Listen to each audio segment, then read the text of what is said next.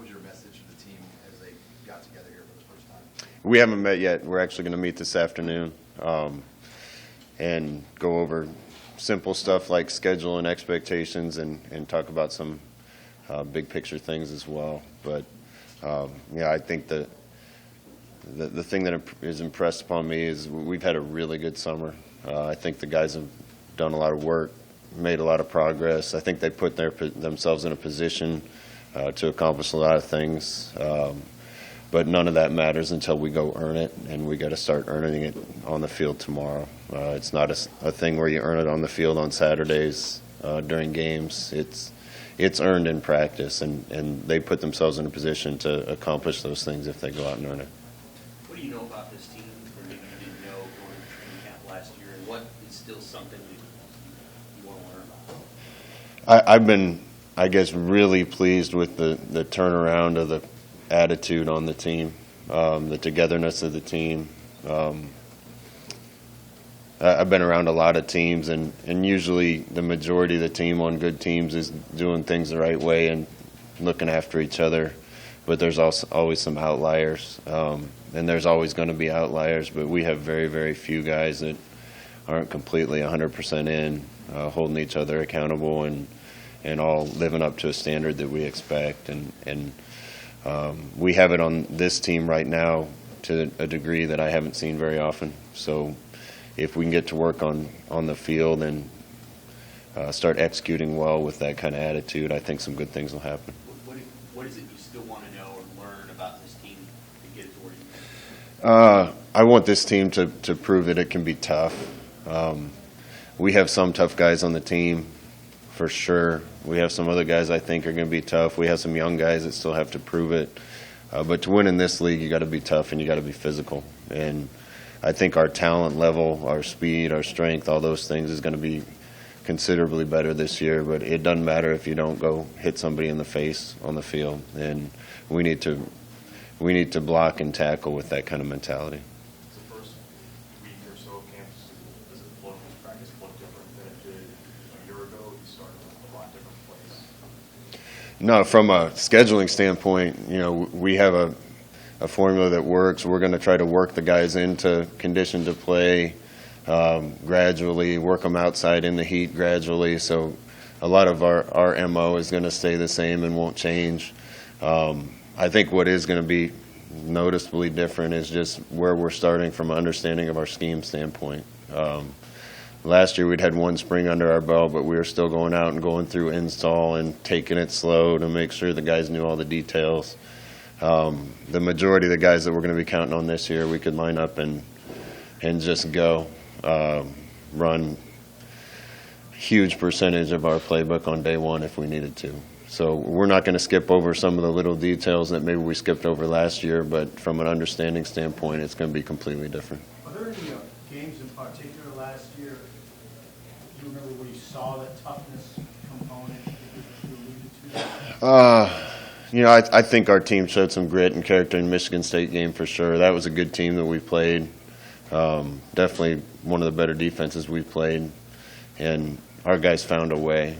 Good teams, disciplined teams, and tough teams find ways to win instead of finding ways to lose a game. And toward the end of the year, we were starting to do that.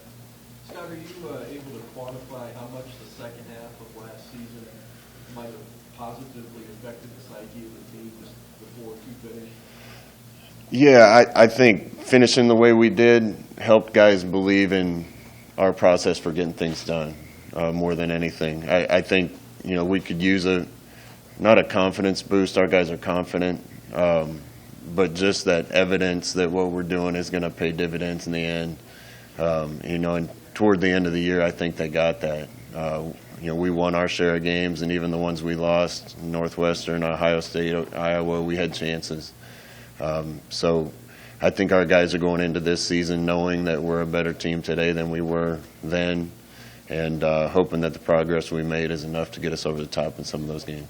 Skyer Tunetter has said ideally you would have a depth chart where you can identify 22 starters because they're on the field quite a bit. How close do you feel your defense is to having that sort of We're a lot deeper team than we were a year ago at certain positions. We're a team that's, I've said this, still has a couple holes, still has some depth issues in a couple places, but we've also fixed those things in quite a few places. D-line in particular, I'd point to, we're going to be pretty deep this year. Even with some new talent coming in, those guys are going to have to prove it on the field to get out on the field and play, and I think there's going to be a lot of guys that we're going to trust to be out there. The other positions we'll see on depth. I feel really good about the secondary and our frontline guys right now, but we need to make sure that some of the young guys and some of the guys that didn't play last year are capable of going in and playing at a high level. Linebacker, inside and outside, we need some guys to step up, and I don't think the depth there is what we want it to be yet, but we got a whole camp here to work with some young guys and some new guys to get them to that point. So we're a lot closer than we were, but we're going to continue adding depth. I think our walk-on program will continue contributing to the depth as we go along, and we're in a better place today, but hope we're in an even better place tomorrow. Hey, Scott, how do you anticipate dividing reps at the start of camp at center and also at running back? Starting with center, Cam Jurgens moved there in the fall last year. We have to wait and see on his health and where he's going to be. Will Farniak will probably be the starter there. Hunter Miller take some reps. I think Trent Hickson's capable of moving over. A couple of the other guards are capable of playing some center. Ethan Piper's a kid that we were initially thinking about playing on defense that we're probably going to move over to offense to try to help the interior, the offensive line. So we're going to give all those guys a shot, starting with Will. And one of them, I hope, steps up and takes it. Running back's going to be interesting. We got several new guys. We're going to throw those guys into the deep end and give them reps. Typically in a camp like we run it, we get so many offensive and defensive snaps per practice that those guys get worn out and aren't necessarily wanting more reps. We can always, a couple receivers we have that I think can take some running back snaps as well, but we'll divide those guys up and get them all a lot of work and see who comes out of the pack. You can move the camp roster around as you go, but will is Cam see a position to be on that 110? Yeah, we're going to keep Cam in the 110 and try to figure out when he's capable of going full speed. Hey, Scott, with Maurice Washington's next court date after the season opener, would you anticipate him being available for the first game? And that's a long way down the road. Right now I'm worried about him doing the right things day by day. Just to be consistent, we're not going to make any decisions on anything until we have more clarity. And all I expect him to do is come to camp, be a good teammate, show up, be where he's supposed to be, and continue working as if he's going to play, and we'll see where the chips fall. Scott, from the reports that you've gotten on Dedrick Mills, has he been kind of what you thought he was going to be coming into the summer? Yeah, Dedrick's done a really good job. I haven't seen him on the field yet. We're not allowed to be out there in the summer when they're throwing balls around and doing drills. Seen him in the weight room. He certainly physically looks like we would want him to look. I've gotten good reports back. So there's quite a few new guys and freshmen that I'm anxious to see on day one. I think you can tell a lot about their preparedness and their mentality on day one. And it's not always accurate, but I think you can tell a lot about who's going to play with how they show up on day one. Hey, Scott, just one follow-up on Maurice.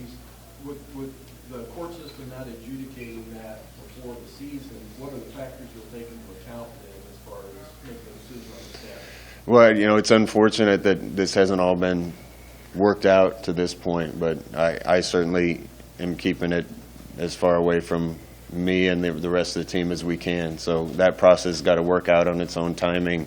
When a decision is made, it won't just be me making it. It'll be leaders of the athletic department and university as well. But like I said, we just have to go about our own work right now, and he does too. And we'll let the chips fall where they may with that once we get more clarity. Scott, what's your early impression on Ronald Hawkins and how he showed up? And obviously he had those two serious injuries, but is he somebody who can compete right away, or does he need some more time? Yeah, Ronald's still getting healthy. Obviously, we're not going to talk about injuries a lot, but I don't think he'll be full go at the beginning of this camp. Maybe some point during this camp he will be. I know he's a super talented kid, so we're anxious to get him 100% and see how he compares to the rest of the running backs. And I think that the time when he's going to be able to do that isn't too far away. Is he on the 110? No, Ronald won't be in the 110. We're allowed to bring guys in to work with our trainers that aren't in the 110, so they can't attend meetings or practice, but can be here and rehab, and then he'll be one of those guys. In your experience, is your offense the kind where, I don't want to say regardless of the running back or the skill player, you're going to have success, but is your confidence, or Troy Walter's confidence in your offense mean that you guys can plug a freshman or somebody who hasn't played at this level in there and have success right away? Well, I'd like to give our coaches all the credit and our scheme all the credit. Without good players, you don't win. We particularly need guys at skill positions that, when they get their chances, can make big plays. I think we have more of them today than we did a year ago on this same at this same press conference. So we've done a good job developing and adding talent. I can't wait to see these guys perform. That being said, I think our offense provides those guys a lot of opportunities in that area. So we'll start seeing those guys with those opportunities tomorrow at practice and see how it all shakes out. You mentioned you could run a huge percentage of the playbook on day one if you wanted to. Is that a product of the work the team has put in over this offseason, or is that where you expected things to be? No, that's just kind of the evolution in year two. You're still teaching a lot of the concepts in year one. In year two, the guys know the concepts. They know their basic assignments, their basic rules. I think two advantages to that is one, they're way farther ahead and with understanding, so there's fewer mistakes. And two, we're going to be able to address a lot more of the little details and little things that we probably had to speed past a little bit to get the offense and defense in. So I expect there to be better execution, tighter execution, better detail. I think even our true freshmen are at a better point right now than they were a year ago, just because they're coming in and working with older guys that understand it, working with an entire coaching staff that's been around it for a long time. So from an understanding standpoint and detail standpoint, I expect us to be way ahead just because it's year two in the schemes. Troy Walters the other day rattled off probably a dozen wide receivers behind JD. There's a lot of bodies in that room for playing time. What will separate that, and you get the sense that some of the older guys in that room can feel the presence of all of the players? Yeah, Troy's done a good job. Our recruiting staff's done a good job, and I think receiver, kind of like D-line, is a position where we've really added to talent and added to the depth. There's going to be a huge competition at that position. Obviously, JD's a guy that's proved what he can do on the field, and will be a leader for us on the field at that position. But there is a dozen other guys that I think have an opportunity to play or to start. So we're going to let those guys compete. I think there's a lot of guys with talent. What it's really going to come down to is consistency and reliability. If they're in the right place, if they're running the right route, if they're in the right spot, if Adrian and the rest of the quarterbacks can trust them to be there and catch it, that's probably what's going to separate them. And we'll see who comes out on top, but I know I'm really confident that we're going to have a lot more receivers that are capable of going in and playing this year. Scott, have you thought about how and when you'll name captains this year, now that you've kind of got a more established culture here in year two? Yeah, I don't want to depart from Nebraska tradition anywhere where I don't have to. And, there's a whole wall down by their locker room of the four captains every year. So we'll probably do it the same way, and at some point toward the end of fall camp or getting close to our first game, we'll let the players vote and pick four captains for the year. And we got plenty of guys that are deserving this year. And it will be not just seniors this year, we open up. We still have to talk about that. I think typically it was just seniors, but I'm kind of a mindset that if we have a great leader that isn't a senior that deserves it, and the players vote for him, I'm going to let him be a captain, and we'll see where that shakes out. Scott, a lot of people are saying nice things about Nebraska going into the season, and I know that you kind of said in Chicago that the prognosticators usually get it wrong. but do you welcome that and the expectations that have kind of been put out there for this team? Coming back to Nebraska, I expect to coach here for a long time with a lot of expectations, and we had to get it to that point first. We're just kind of nearing that mile marker right now of having expectations. We haven't done anything yet, so I kind of feel like some of the expectations are a little premature. But I'm also happy for our guys that they've done what it takes to get them to that point. So we're going to shut out the outside noise as soon as we get started tomorrow and not worry about who's picking us in what game or what people think we're going to accomplish this year. We're just going to go to work. I think it helps us a little bit from a confidence standpoint that other people can see what's happening here. And aside from that, we're going to shut it all out and just try to be the best team we can be. How do you run that, Coach? If you're willing to share with us, where did you place Nebraska in your preseason top 25 in the coaches poll? I didn't put us in the top 25. I hope that we are at the end of the year, but any progress that we made is just progress. Nothing's going to happen until we go out and earn it. Scott, How much more how do you personally do you feel entering your second year here at Nebraska? Personally for you, how do you feel about this team? I like this team a lot better going into this year. Just seeing the looks on guys' faces when you walk past them in the hallway, seeing them hanging out together, addressing each other, being in the building.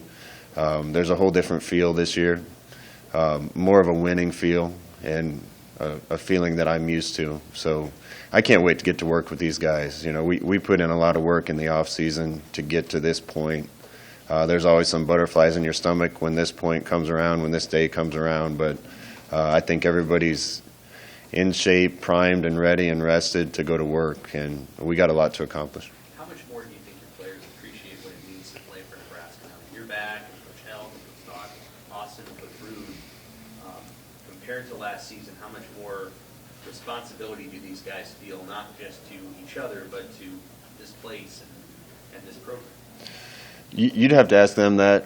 I know there's a lot of guys on the staff that love Nebraska, cherish their time here, and would do anything for the red and the white.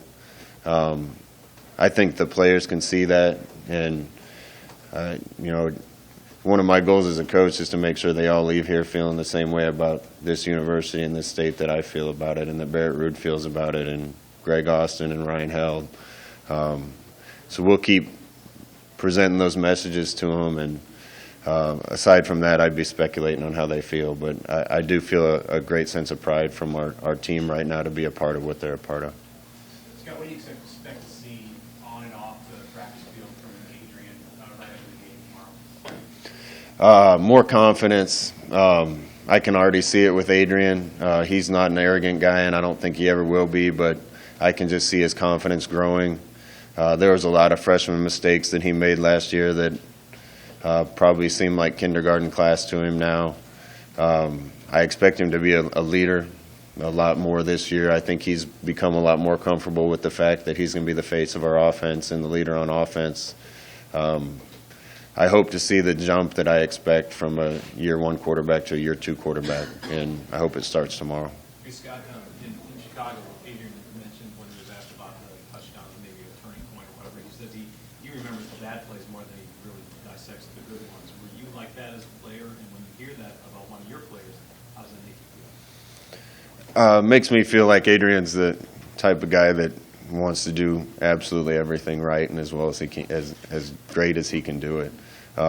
That's just kind of a athlete's mindset. Right? Even when you play golf, you don't remember the good shots, you remember the shank, right? Thinking back about my career, the bad plays stand out probably more than the good ones because when you're a competitor and a winner, you expect the good things to happen. And when you do it and something good happens, it's just kind of what you think should happen. And really that's a good sign because when the mistakes and the bad plays are an anomaly and happen less often than the good plays, then you're probably a pretty good player. You said you talked about toughness and wanting to see toughness. How do you train toughness in the team? Can you train toughness into a team?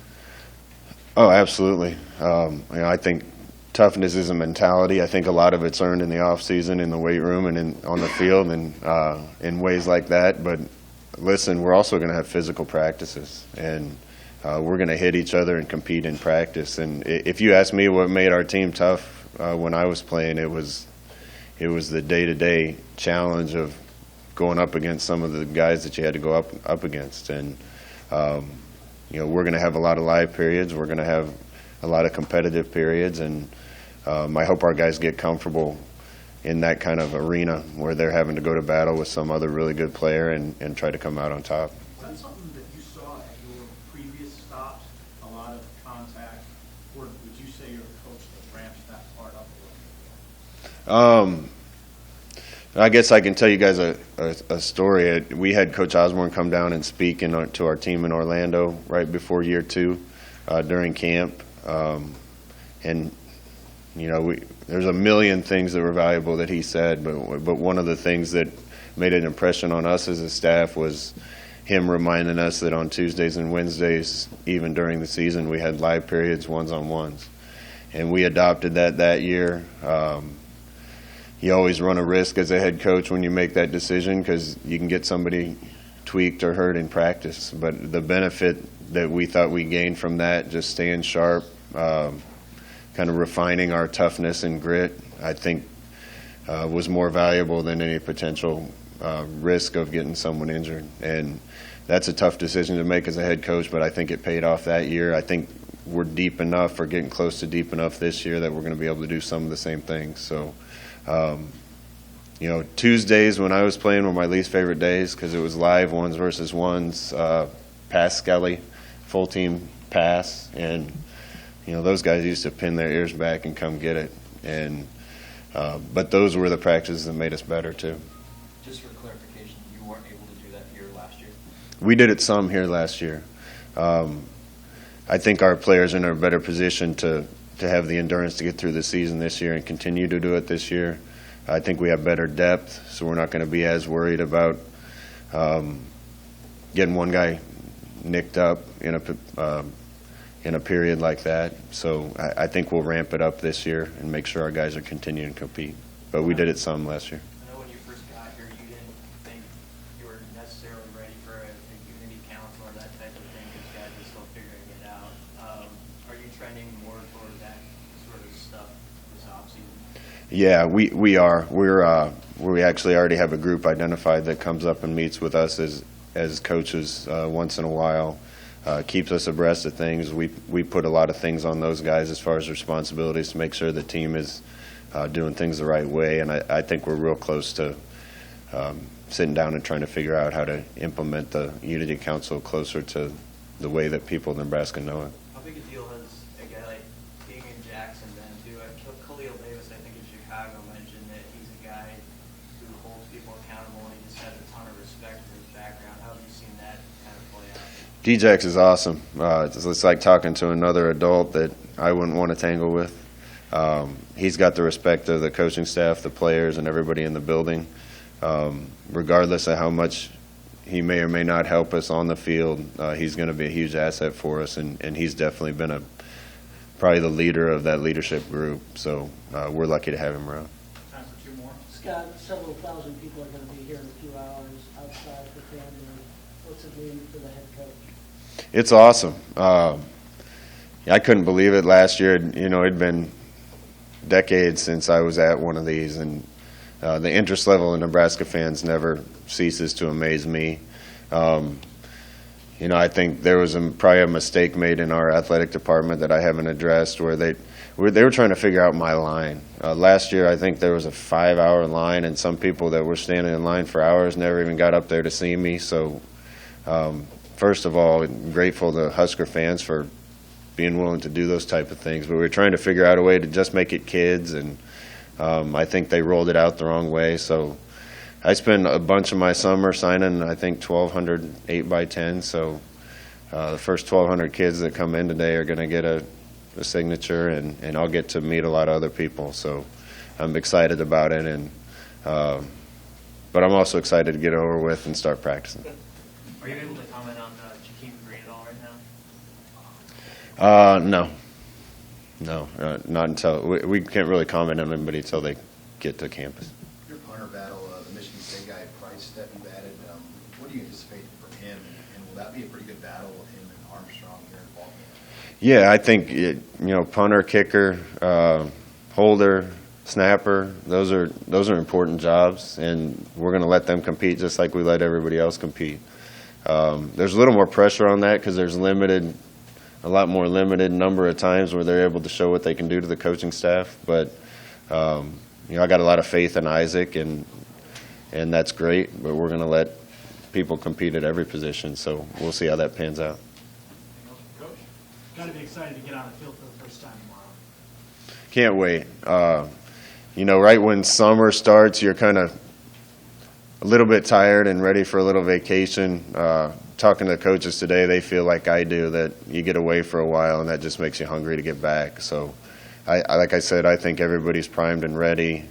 We're all rested and eager to go. So, it all starts tomorrow. Can't wait. How's Coach DeWitt doing? Javon's doing great. Back in the office, he was just running a special teams meeting for the coaches to make sure we were on the same page, and he seems to be lively and ready to be a part of what we're doing. Thank you. Yep. Scott?